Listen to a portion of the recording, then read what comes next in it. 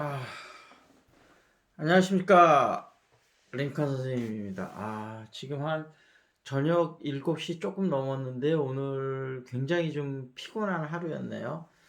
일단은 오늘 좀 왜 피곤하냐 하면 오늘은 이제 영어를 공부하기 전에 제가 이제 왜 제가 또 따로 요즘 뭐 이제 신경 쓰고 있는 게 있어서 시간 되면 그거를 한번 좀 얘기를 해드린다 그랬잖아요. 근데 이게 영어 공부하고도 관련이 있어요. 왜냐하면 제가 이제 그런 말씀 드렸잖아요. 영어 다양한 부분의 상식이 좀 필요하다고요. 영어를 잘하려면. 그러니까 요즘 또 집값 막 상승 이런 게 되게 문제가 되고 있잖아요. 그러니까 오늘 제 얘기를 들으시면 어찌 됐든 또 이런저런 그 집에 대해서 이해하는 그 서양과 또 동양의 차이도 좀 알 수 있을 거고요. 전세 제도가 우리나라 요즘 이제 전세가 폭등해 갖고 난리 났잖아요. 근데 외국에는 전세 제도가 없는 거 알고 계시죠? 외국에서는 이해를 못 해요. 왜 집을 공짜로 빌려주는 거라고 생각을 하거든요.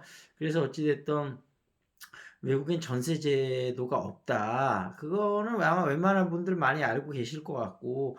근데 우리나라가 이번에 이제 2년에다 플러스 2년 해갖고 4년 했잖아요. 근데 여기서 사실은 정부가 좀 미스가 있었어요. 저는 기본적으로 보수하고 진보 중에서는 여러 가지 면에서는 진보 쪽에 좀 더 가깝긴 하거든요. 근데 경제 정책에 있어서만은 진보가 현실을 너무 모르는 것 같아요. 부동산의 원리에 대해서.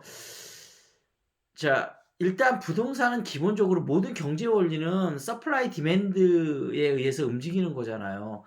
자, 우리가 노무현 정부 때 강남 집값이 가장 많이 올랐잖아요. 그건 뭐냐 하면 강남 집값이 오르는 게 싫다고 재건축을 전부 강남에 막은 거거든요. 그럼 자, 교육시킬 수요는 어느 정도 꽤 많이 있어요. 근데 공급을 막으면 가격은 어떻게 되죠? 가격은 올라가죠. 그러니까 가격을 잡으려면 공급을 늘려야 되는 거죠. 그러니까 제가 한번 이런 얘기를 들어볼게요. 아르헨티나가 여러분 몇십 년 전에는 세계 10대 부국으로 꼽히는 거 아시죠? 굉장히 잘 사는 나라였어요. 근데 아르헨티나가 굉장히 지금은 이제 경제적으로는 힘들어졌는데 그 이유가 뭐냐면 그 페론 부부라고 이분들이 굉장히 노동자 출신에서 대통령까지 된 입지전적인 인물이에요. 그래서 그 서민들을 위한 정책을 되게 많이 폈거든요. 예를 들면 이런 거예요. 일자리를 엄청 창출했어요. 야, 우리가 아르헨티나가 농업이나 뭐 광산물 이런 거를 수출 많이 했는데 우리가 왜 비싼 돈을 주고 가전제품 이런 걸 전부 사와야 되냐? 외국에서 대규모 차관을 들여갖고 와서 공장을 지어서 일자리를 엄청 많이 만들었어요. 근데 문제는 뭐냐면 거기서 만들어진 제품이 안 팔리는 거예요. 질이 너무 떨어져서. 그러니까 그 축척이라는 게 돈만 있어야 되는 게 아니고 기술 축척이 어느 정도 있어야 되잖아요. 그러니까 결론적으로는 서민들을 위한 정책을 많이 폈고 일자리를 많이 만들어냈는데 아르헨티나는 세계에서 굉장히 못 사는 나라로 전락을 한 거죠. 그래서 아르헨티나 국민들 사이에 어떤 말이냐면 우리는 페론 부부를 사랑할 수는 사랑합니다. 그러나 존경할 수는 없습니다. 그러니까 페론 부부는 굉장한 국민들의 사랑을 받았는데 존경은 못 받은 거죠. 근데 역으로 리콴유 싱가포르 총리 있잖아요. 어떻게 보면 독재하고 안 좋은 일도 많이 했지만 경제적으로 싱가포르를 잘 살게 했잖아요. 국부로 취향을 받는데 물론 싫어하는 사람도 있죠. 싱가포르 국민들은 리카뉴에 대해서 뭐라고 얘기하면 우리는 리카뉴를 존경합니다. 그러나 사랑할 수는 없습니다. 그러거든요. 근데 지도자는 물론 존경도 받고 사랑도 받으면 너무 좋은데 존경과 사랑을 받는 것 중에 하나를 선택을 해야 된다면 리더는 한 나라의 리더는 존경받아야 돼요. 왜 그러냐면 자, 사랑받으면 국민들을 위한 정책을 폈는데 국민들이 못 살게 됐잖아요. 그러면 국민들한테 사랑은 받았지만 국민 전체를 힘들게 하는 거거든요. 근데 본인이 부정축제를 했어. 나라는 잘 살게 만들었어. 예를 들면. 그러면 본인이 욕을 먹잖아요. 그렇지만 국민은 잘 살게 만들었잖아요. 그러니까 리더는 무능한 게 부패한 것보다 더 나쁜 거죠. 국가 지도자는. 그래서 뭐 하여튼 제 의견입니다. 뭐 이게 진리라는 건 아니고요. 근데 어찌 됐든 지금 부동산 정책은 심각하게 잘못돼 있는데 정부가 잘못을 인정하지 않으려고 정부가 딴 거 잘하는 것도 많아요. 근데 경제 정책, 특히 부동산 정책만은 정말 이대로는 안 된다. 는 말씀을 드리고 싶어요. 예. 그리고 저희가 이제 수지에 한 600평 있는데 여기서 아파트를 살까 오피스텔을 지을까 그러는데 아마 한 200평 정도 땅을 추가 매입해서 아파트를 사지 않을까. 요즘 아파트를 지을까 오피스텔. 근데 여기 신봉동이 아직 역세권은 아니라 오피스텔이 조금 분양이 힘들 수도 있거든요. 그래서 지금 이제 아마 아파트로 가는 쪽으로 최종 결론 내린 건 아닌데 그쪽으로 많이 생각을 하고 있는데 나중에 분양할 때 제가 아마 그 분양 사무실에도 있을 거예요. 제가 뭐 총 책임을 누나하고 저하고 총 가이드를 할 거기 때문에 저한테 몰래 오셔서 이 링컨 선생님 유튜브 보고 왔다고 하면 제가 파격적인 할인을 해드리도록 할게요. 그 부분을 제가 반드시 약속드리니까 아마 관심이 있으신 분은 나중에 와서 저한테 귓속말로 꼭 얘기해 주세요. 예. 그리고 오늘 이제 영어 본격적인 시작을 해볼 텐데 네이티브는 쉬운 영어로 말한다 이거 얘기하는데 오늘 아침에 열심히 찍었는데 정말 좀 짜증 났었던 게 그 뭐지 그 문자 그 뭐 재난 문자 오잖아요. 이게 와갖고 이게 오면 녹음하는 게 중간에 끊어지거든요. 그래서 열심히 녹음한 게 한 20분 녹음했는데 앞에 6분만 녹음되고 뒤에 14분은 날라갔어요. 그래서 진짜 그 아니 9시나 넘어서 재난 문자 보내지 왜 아침 8시 반에 재난 문자를 보내느냐고요. 재난 문자 제발 9시부터 6시 사이에 보내고 아니 보면 별로 심각한 것도 아닌데 맨날 그거 보낸다고 뭐 됩니까? 하여튼 8시 반에는 보내지 마세요 좀. 죄송합니다. 화나서. 아니 제가 이거 말했던 거를 또 한 번 하려니까 살짝 화가 나서 그랬습니다. 죄송해요.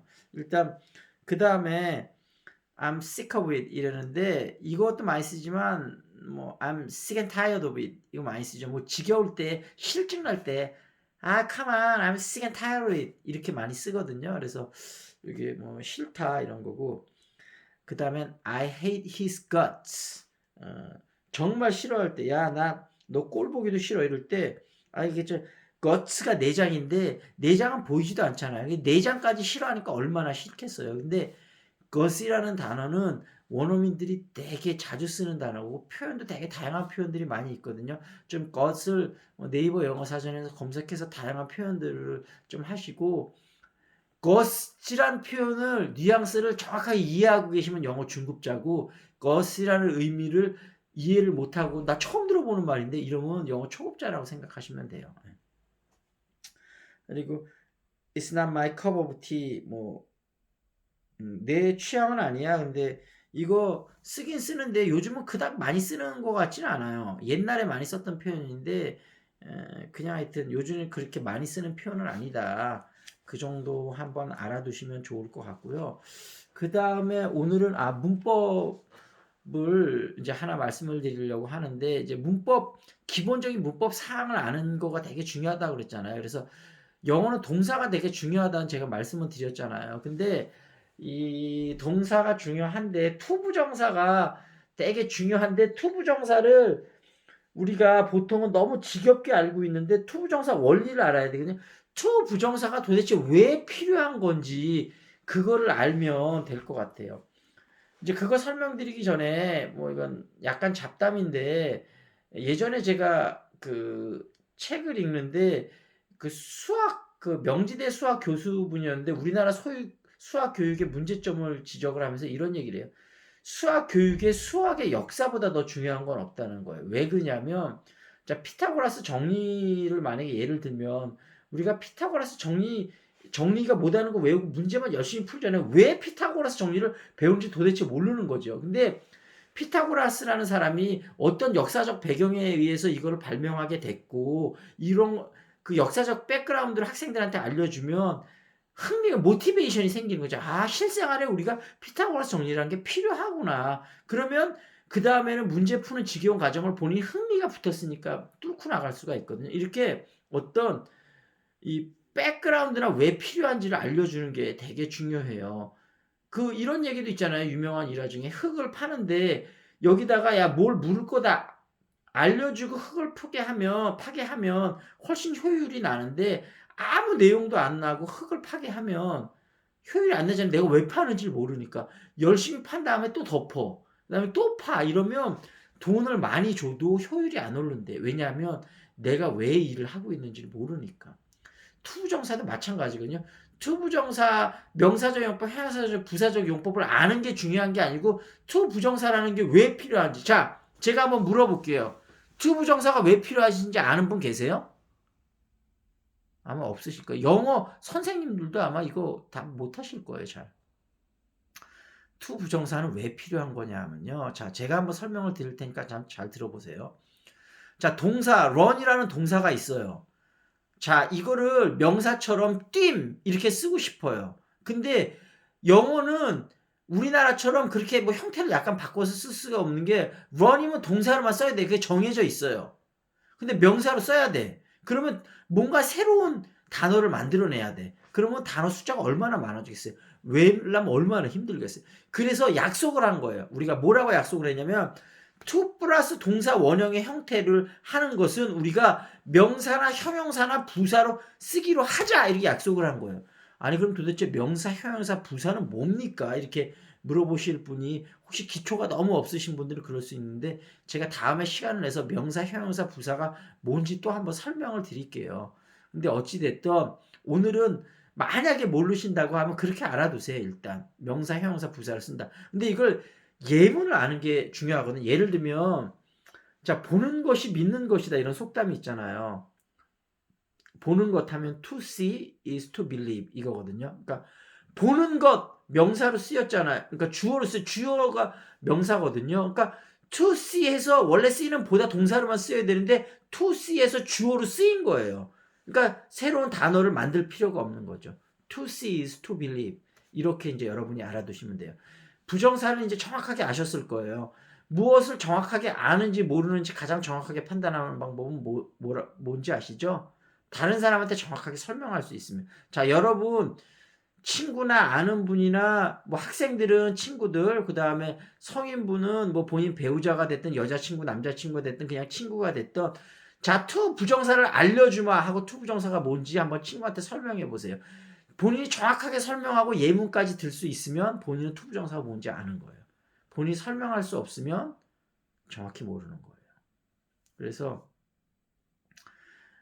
그 얘기 아시죠? 아인슈타인한테 기자가 물어봤어요. 상대성 이론에 대해서 과학에 대한 이론이 전혀 없는 사람이 상대성 이론이 뭔지 알려달라고 그랬어요. 그러니까 그 사람이 이렇게 얘기했어요. 자, 당신이 여기 예를 들면 뉴욕서부터 런던까지 비행기를 타고 가는데 옆에 정말로 예쁜 여자, 그러니까 남자 기자였어요. 여자가 앉았다고 생각해 봐라. 그 비행하는 시간이 8시간인데 정말 짧게 느껴질까? 길게 느껴질까? 그러니까 엄청 짧게 느껴지겠죠. 근데 당신이 정말 싫어하는 상사가 옆에 앉아서 당신한테 뭐라고 계속 잔소리를 해야 된다. 자, 8시간이 어떻게 느껴질까요? 굉장히 길게 느껴지죠. 상대성 이론은 그거다. 똑같은 8시간인데 전혀 다르게 느껴지는 거. 이게 상대성 이론이다. 자, 아인슈타인은 상대성 이론을 정확히 알고 있나요? 모르고 있나요? 아인슈타인 얘기는 뭐냐면 상대성 이론을 정확히 알고 있다면 상대성 이론, 그러니까 과학적 백그라운드가 전혀 없는 사람한테도 상대성 이론이 먼저 설명할 수 있어야 되고 과학자들한테 정말로 어려운 수식을 써가면서 상대성 이론이 뭔지도 설명할 수도 있고 양쪽을 다 설명할 수 있어야 제대로 아는 거라는 거죠. 아셨죠? 그리고 그 다음에 이제 오늘은 영어 공부 절대로 하지 마라. 이 책에 대해서 제가 좀 설명을 드리려고 하거든요. 이게 좀 오래된 책인데 아마 요즘도 사실 수 있을 거예요. 서점에서. 정찬영 박사라고 삼성에서 원래 연구원으로 계셨던 분인데 이 책이 너무 잘 팔려서 삼성 그만두게 내신 거 알고 있죠? 회사에서 왜 이 책 팔아먹는데 삼성에서 일하는 걸 쓰냐, 왜 삼성을 팔아먹냐 이런 식으로 압박이 들어와서 더러워서 정찬용 씨가 그만뒀다고 생각을 하는데 그만둔 걸로 알고 있는데 영어 공부 절대로 하지 마라. 제목이 되게 자극적이지 않아요? 근데 저는 이 말에 대해서 상당히 동의를 하거든요. 자, 여러분 숙제예요. 영어 공부 절대로 하지 마라. 책을 사서 읽어보시면 더 좋고 읽어보시지 않으면 못하시면 추측이라도 한번 해보세요. 다음 동영상 찍을 때 제가 조금씩 설명을 드릴 테니까 왜 이 저자는 영어 공부 절대로 하지 마라고 했을지 한번 맞춰보시면 제가 뭐 상품을 드리고 싶은데 뭔 상품을 드리면 좋을까?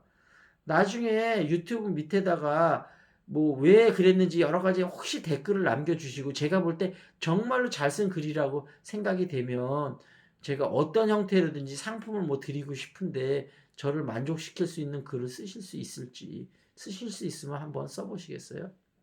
자, 마치겠습니다. 링컨이었습니다.